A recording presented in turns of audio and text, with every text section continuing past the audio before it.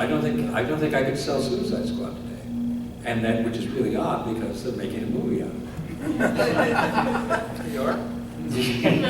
I'll tell you later about that. No one tells me anything.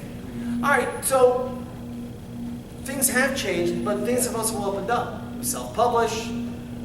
We're doing stuff online now. You know, are you finding the medium, the larger selection of media available to you, is that fanning the flames of ideas? You know, oh, I'd love to write a webcomic about this, or I'd love to do a prose novel about that. Or... You know, I think, like everybody, ideas aren't the problem. You know, I mean, the worst, if you're sitting in a meeting, you know, these are like Hollywood meetings, right? And you're sitting in a meeting, and there's guys around the table, they want to develop something. The worst thing you can hear is when some executive goes, I have an idea. Because what you're thinking is, no, you don't. Ideas are a dime a dozen. They're cheaper than that. Ideas are everywhere. And yet they're everything. I mean, it's the dichotomy is that they are everywhere. Ideas are everywhere. Execution is everything. You know, ideas don't mean a damn thing unless you do it, unless you take that idea and do something with it. And now, you know, as Bob said, there are more venues to take your idea and put it in front of people than ever before. There are more publishers, there are more online venues. Ultimately, all it takes to get your idea, at least in comic form, in front of an audience is find somebody to draw the damn thing. Or, in some cases, draw it your damn self. And put it out there. It's a wonderful blossoming, because I broke into the business in 1990, and the only way to do comics was to do comics with a publisher, unless you were going to draw them yourself and Xerox them in the basement and, you know, sell them at a garage sale. But now, you know, you as the writer, you as the idea person, can get in touch with an artist in Brazil and be working on a comic tomorrow that you put in front of people a month from now. I think we forget how stunning that development is in terms of putting all of this material in front of an audience. And there are comics that are huge successes that will never be inside a comic book store. There is a problem, though, too, and one for all of us working professionally, is that if you are working professionally, this is how you make your living. Okay, this is how you pay your bills. This is how you pay the mortgage. It's how you pay the electric bill. And if no one's willing to give you money for what you're doing, I mean, even if you're doing something, you know, digitally or for yourself, unless you have some idea of whether or not you can sell enough copies in order to make that living, it's going to be very difficult. I just worked on a Kickstarter that was successful, but it's a lot of work. You know, I have an increased respect for both editors and publishers, because making a Kickstarter, anybody, almost like an idea, almost anyone can start a Kickstarter, but making it successful, getting the money up to do it, is a lot of work. Now, John, there's always the risk that once the Kickstarter ends, there's the issue of, will everyone honor their pledge? Did you have a successful collection rate? Yeah, we were okay. Not everyone filled in on their pledge, but Isn't it about 90%? Is it about the rule that... yeah, and we had enough. So in other words, you have to hit beyond your goal in order to hit your goal. But you also have the whole issue of all the extras, the incentives. Yes. Now you have to manufacture and fulfill all of those, which is time consuming away from the typewriter. And you also have to take into account what it costs to mail them out. Right.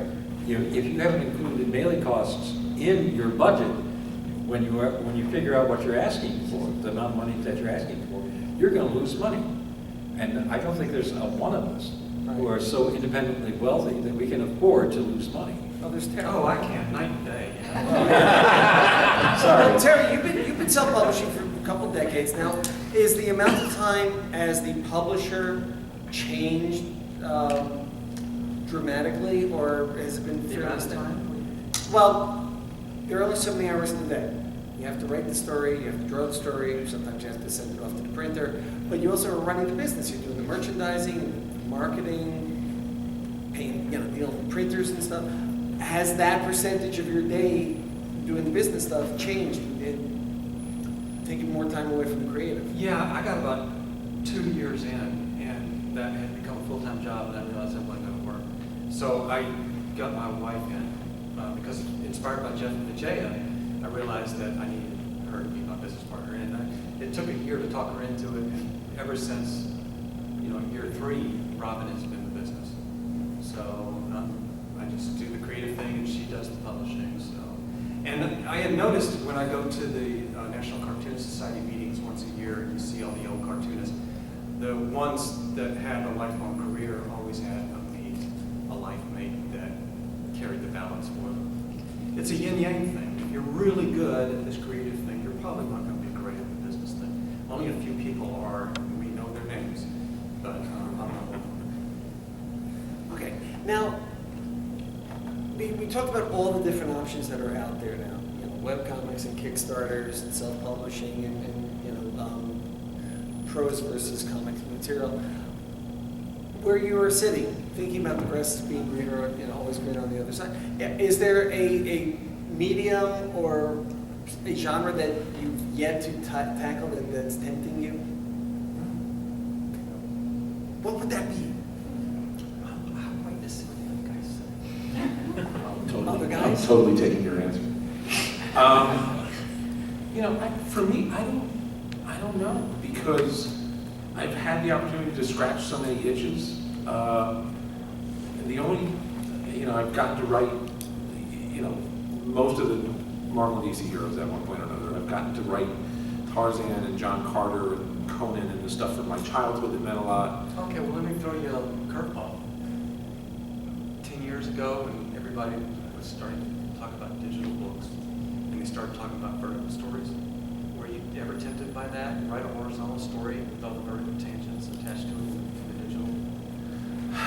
No, because I think 10 years ago, I had not caught up to that as much as I should, because, one of the things, if you're doing work for hire stuff, and there's more work for hire being offered to you, and I think this has happened to me, maybe not regularly through my career, but you have to make a choice. And I admire Terry in particular for having, sort of ridden your own horse your own way.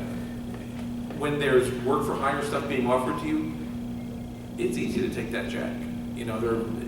It's seductive in some ways, because it's a regular gig, it's regular income. This is the job that you do, and especially if you're working for Marvel or DC, you're not worried about the check showing up. You're not worried about somebody stiffing you, which sometimes happens with smaller publishers. But the flip side of that is your creator-owned thing, the thing that you love the most and that you've always wanted to do, is always on the schedule for next year, and then it's the year after that, and then it's the year after that. So I think I think the stories that you don't get to tell, to get back to the original, that was good, wasn't it? Yeah, Nice. nice. That's what they call a segue, Bob. I should be a writer. But just to finish off, the stories that you don't get to tell, I think, are the creator-owned ones that you push off because there's an easier paying gig being dangled in front of you. I think for myself that I should have been doing more creator-owned projects because at some point the majors are going to dry up on you. They're going to have younger editors who may love you and love and respect your work, but the people who love them want cheaper labor. They want fresh ideas. They want fresh blood. And so when that other work goes away, if you haven't established more of your own work, Burt Lancaster, the actor, used to have this method for himself. He said he would do one film for the studio and one for himself, and he built his career on that. I think as a writer, you can do that. One for me, one for the publisher. As an artist, it's obviously much more difficult because just the division of labor, the amount of time that an artist has to put in on a project. You pick one project at a time, and that's what you're doing for the most part. There are some, mutant freaks out there like John Romita Jr. and a few other guys who draw really fast and really well and can do more than one thing. But that's very much the exception to the rule. And I don't know of any writer who looks back and says, oh man, I did too much creator owned work. I own too many things. That never happens. And I certainly look back at it, and I've got a shelf of creator owned stuff, and I'm very proud of them, very happy with them. I wish I had twice as many as I do. You're not done. Oh, I'm not done. No, you're not Like done. I said, I don't want to get a real job, so I'm going to keep doing this. But I think ultimately there comes a time when they tell you somebody else is writing Batman. Yep. There will never come a time that somebody tells me somebody else is going to write something that I own. Sure. Now, Louise, you've gone pretty much left comics behind and are doing more prose these days. So is that opening up the floodgates of ideas? Oh, I'd love to tackle this in the novel. Oh, yeah, I've got a whole batch of those, but I wouldn't tell anybody what they are. Of course, that was someone else will write it. So, But are you finding the opportunities there? Louise Simonson doesn't trust any of you people. honestly, you're talking about ideas. I once had an 11-year-old kid come up to me, and usually I don't want to hear your ideas because some of them might be great and I might inadvertently steal one and I would hate that. So I tell people, quite honestly, I don't want to hear what your ideas are. Okay, so I had this little 11-year-old kid come up to me and he said, I've got ideas for comics. And I thought, he's 11. How great will these ideas be? So then he starts telling me, and it's like one great idea after another. And I finally said, stop. Don't tell anybody else these ideas. Wait until you're, say, 17, 18, go to college, take writing classes, and then submit to the comics, because he was a really, just a smart little guy. And his brain was very fertile, his imagination was very fertile. So, I've been asked many times to look at somebody's script or idea, and I consistently refuse. I do And it's too. always for the same reason. I don't want to be accused of taking their idea. I don't want to be accused of plagiarism. I don't want to actually take their idea, because I've had that happen to me once or twice, where I told somebody a great idea and it appeared in their comic Strangely, it winds up. before I got around to doing it. So you learn. I mean, and it was. I know it wasn't deliberate. It was just eventually. You take in stuff from everywhere, and you eventually you think of a great idea, and you think, gosh, that idea is so great, it must be my own. And it doesn't even occur to you that it's come from somebody else's mouth. So Yeah, I don't want to hear any of your great ideas. I wrote a column about, I won't read your scripts, I can't hear your idea for all those reasons. Yeah. But it still happens. I mean, it's still, I was in Cincinnati last week at a show, and a guy comes up and literally, his first sentence to me was, hi, how are you? His second sentence was, can you do me a favor and read my script? And I'm thinking, well, A, I don't know you. And B, you don't know me. So I'll read a friend's script, sure. But just to have somebody that you've never seen before in your life come up and say, would you read my script and tell me if I'm doing it right? Well, that's like going up to a plumber and saying, hey, my toilet's running. Can you come fix it? Right. This is what we do for a living. So, and a lot of, I think because it seems easy, everybody's got ideas.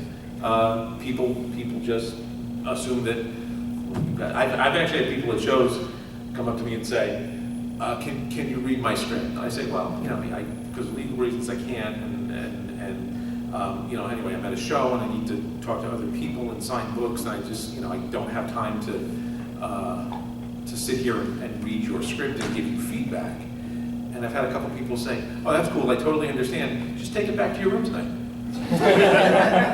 I'll come back tomorrow. I found another reason why I don't listen to ideas is there was a point early in my career when I would do that, and one guy came up and told me his idea for this great new character that he had.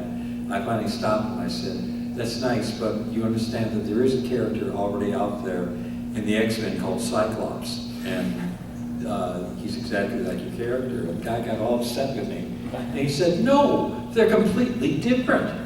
Cyclops has red eye beams. My guy has green eye beams. One time, there used to be a magazine called Wizard, Yeah. like before half of you were born, and they used to write about comics. And they had ran an article, what was it, what you would write if you could write for the X-Men. What story would you write if you could write for the X-Men? And I was self-publisher, so they were asking me, and I said, well, I would write a story where they all turned into little kids for an issue. And they were still themselves, but they were little kids, because I was going through a phase where I saw all grown-ups as just grown-up kids. And within a year, that book actually came out after that article was published. So I just assumed that they just totally ripped me off. And now this whole big movement of superheroes as little kids, I grandfathered it, Hey, I remember when the Legion of Superheroes were turned into kids, so that precedes you. So there. Those are green beans. Mine are red beans. You know, when I was editing the Star Trek comic, there were stories that Mike Carlin wrote for me, for the original Next Generation miniseries, that wound up being eerily close to episodes that got filmed years later. Oh, yeah. And a lot of people said, weren't you pissed off when they ripped you off? And I said, no, I can guarantee you they never read the comic.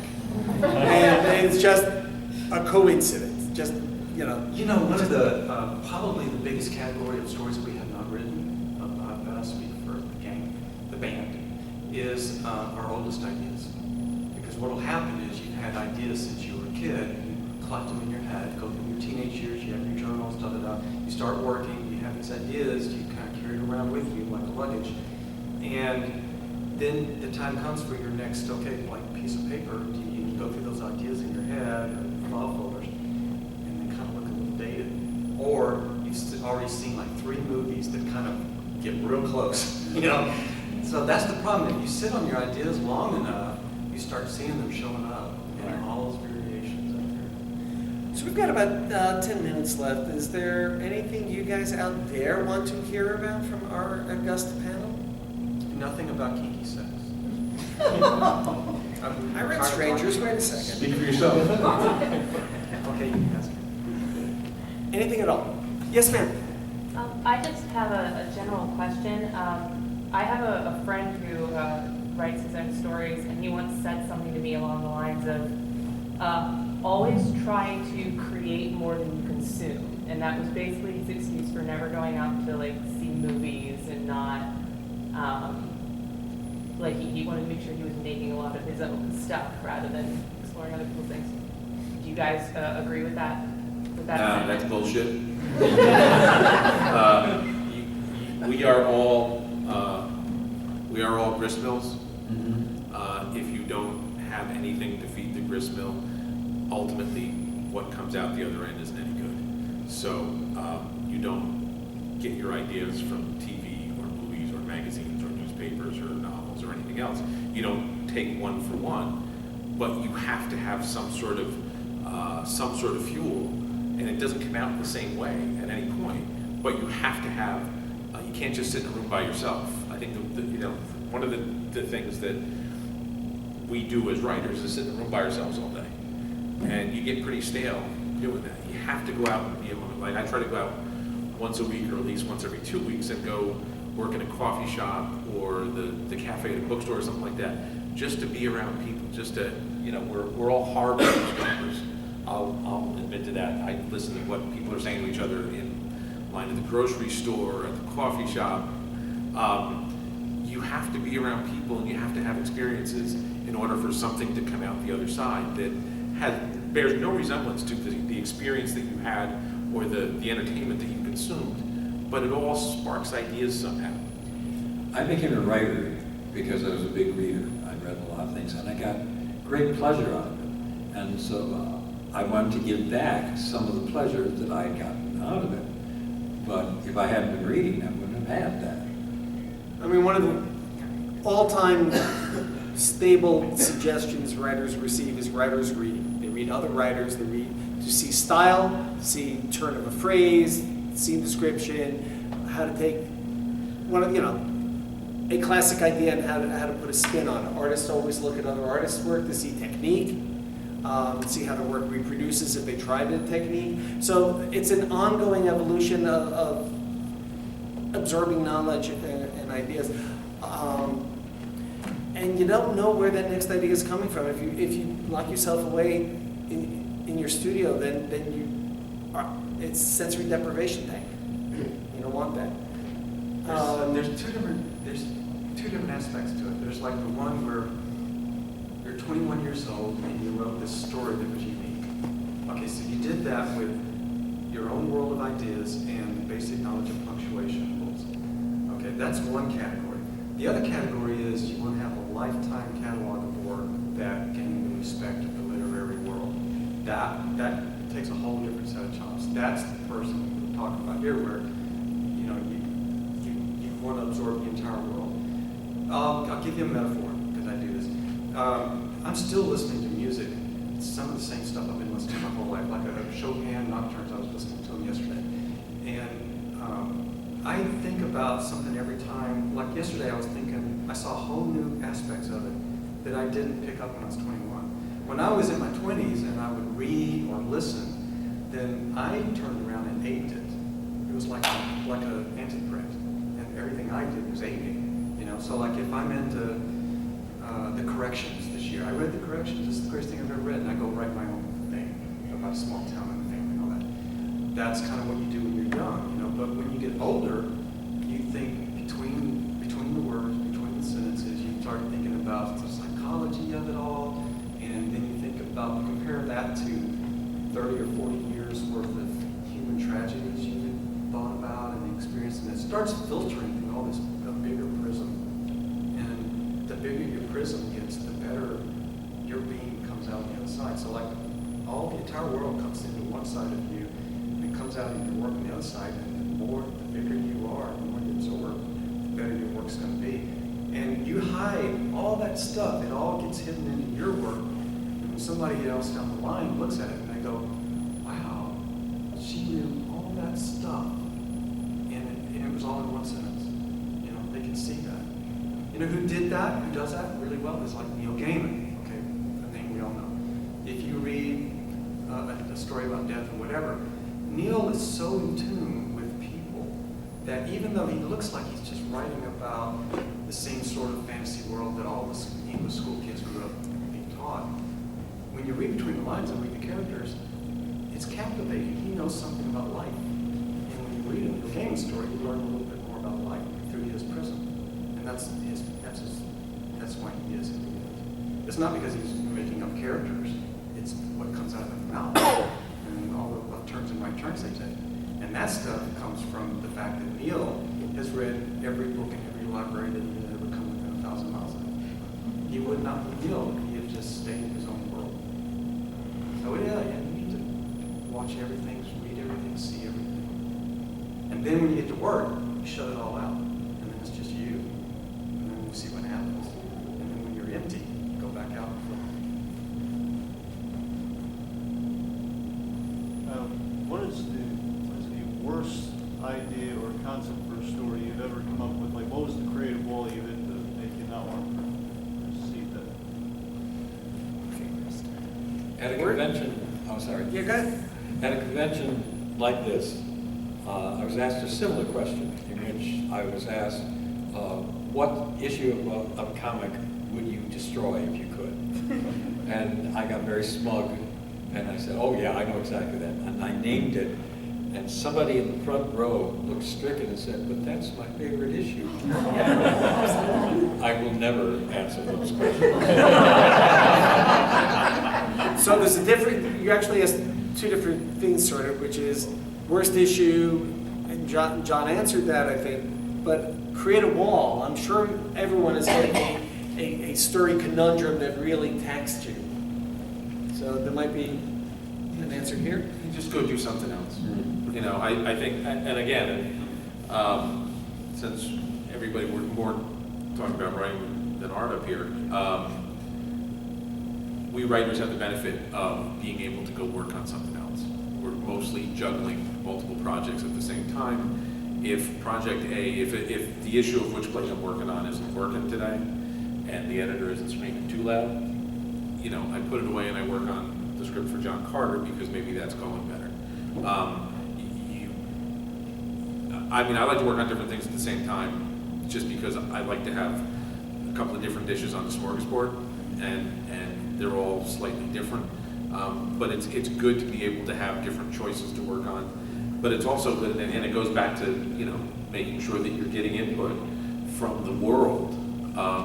If things aren't going well, and if you're kind of blocked, you know, first of all, there's no such thing as writer's block. I firmly believe that. There's, you know, I've had people tell me, oh, I've had writer's block for 3 years. No, you didn't. You're lazy. Put your butt in the chair and do some work. You have to work through that stuff.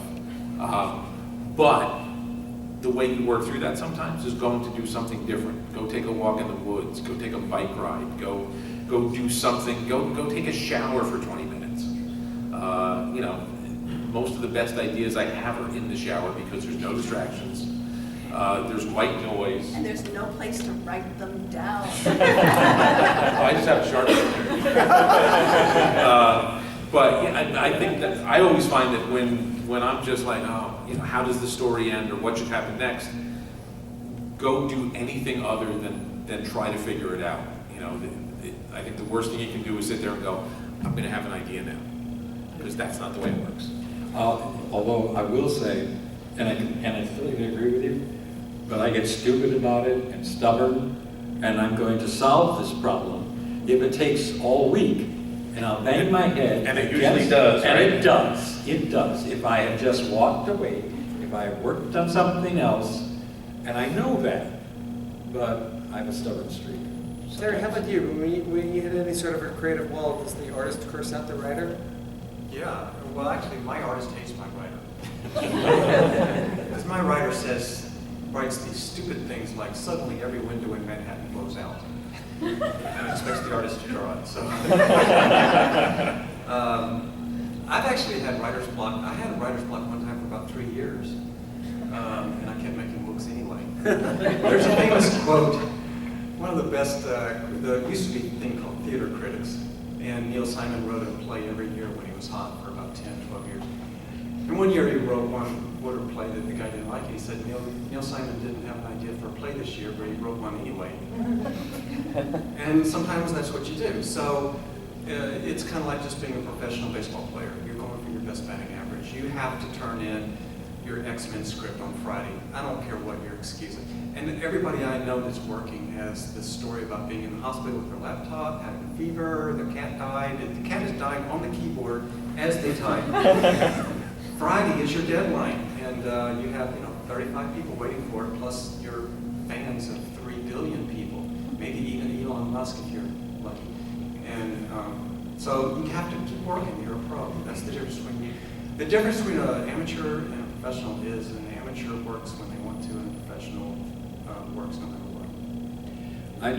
This job is creativity on demand, and there are I think comics is littered with people who were really good at this job, but couldn't actually turn the stuff in. I mean, you hear those stories all the time about artists who come up with a glorious portfolio and they get hired, and at least in bygone days, editors would hand them an 8 or 10 page story, and then they'd never hear from them again, because all of a sudden it was a job and it was responsibility and you had to turn it around. And oh man, this is work now. I don't want to do this. I've done portfolio reviews of guys who are really good. Well, how long did it take you to do this 5-page sequence? Well, 5 months. You draw really well, but you're not planning on eating, are you? I had writer's block for a couple of years before I got my first assignment in comics. And I got the assignment, and I was told I was being paid, and lo and behold, the writer's block had evaporated. Whatever it takes. I get writer's block if I think it doesn't matter. If I think nobody's going to see it, nobody cares. I can only, even when I was a little boy, I was like that. If there's no point, I don't want to do it. There has to be a point, and I'm not sure I would still be drawing or writing at all if I wasn't working. If it was just a hobby, I don't think I would still be doing it. I have to have an audience. Okay. We are out of time. I thank you so much for your attention.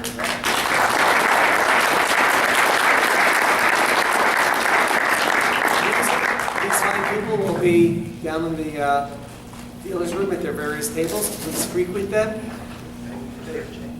Yeah, Terry, you know, begging for spare change so you can buy more Butterfingers. Yeah, I have a vice to support. Yes, please.